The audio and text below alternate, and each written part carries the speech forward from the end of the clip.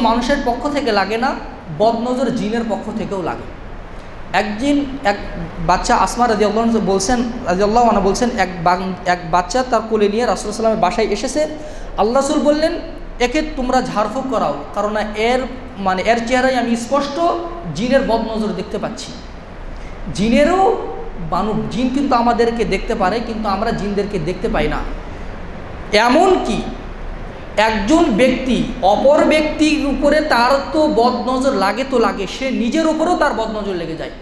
আপনি আয়নাতে আপনাকে দেখছেন, মানে অনেক যারা জিম করে মাসল দেখছে, মাসলটা যদি তার ভালো লাগে বা সুন্দর ভালো লাগে, তাহলে নিজের বদনজর কিন্তু নিজের উপরেই লেগে যাবে।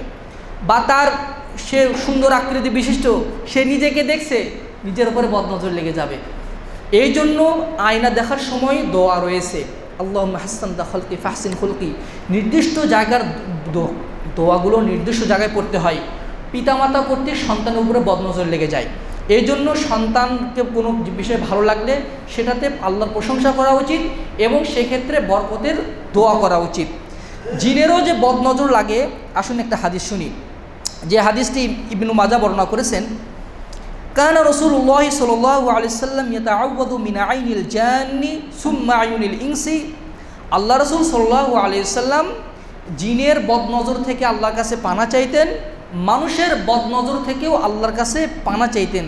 ফালাম্মা নাযালাতিল মুআউযিজাতান, যখন সূরা নাস এবং সূরা ফালাক যখন নাজিল হয়ে গেল, আখাযাহুমা ওয়া তারাকা মা সিওয়া যালিকা, তখন তিনি এই দুটি সূরায় পাঠ করতেন, অন্য দোয়া তিনি ত্যাগ করলেন।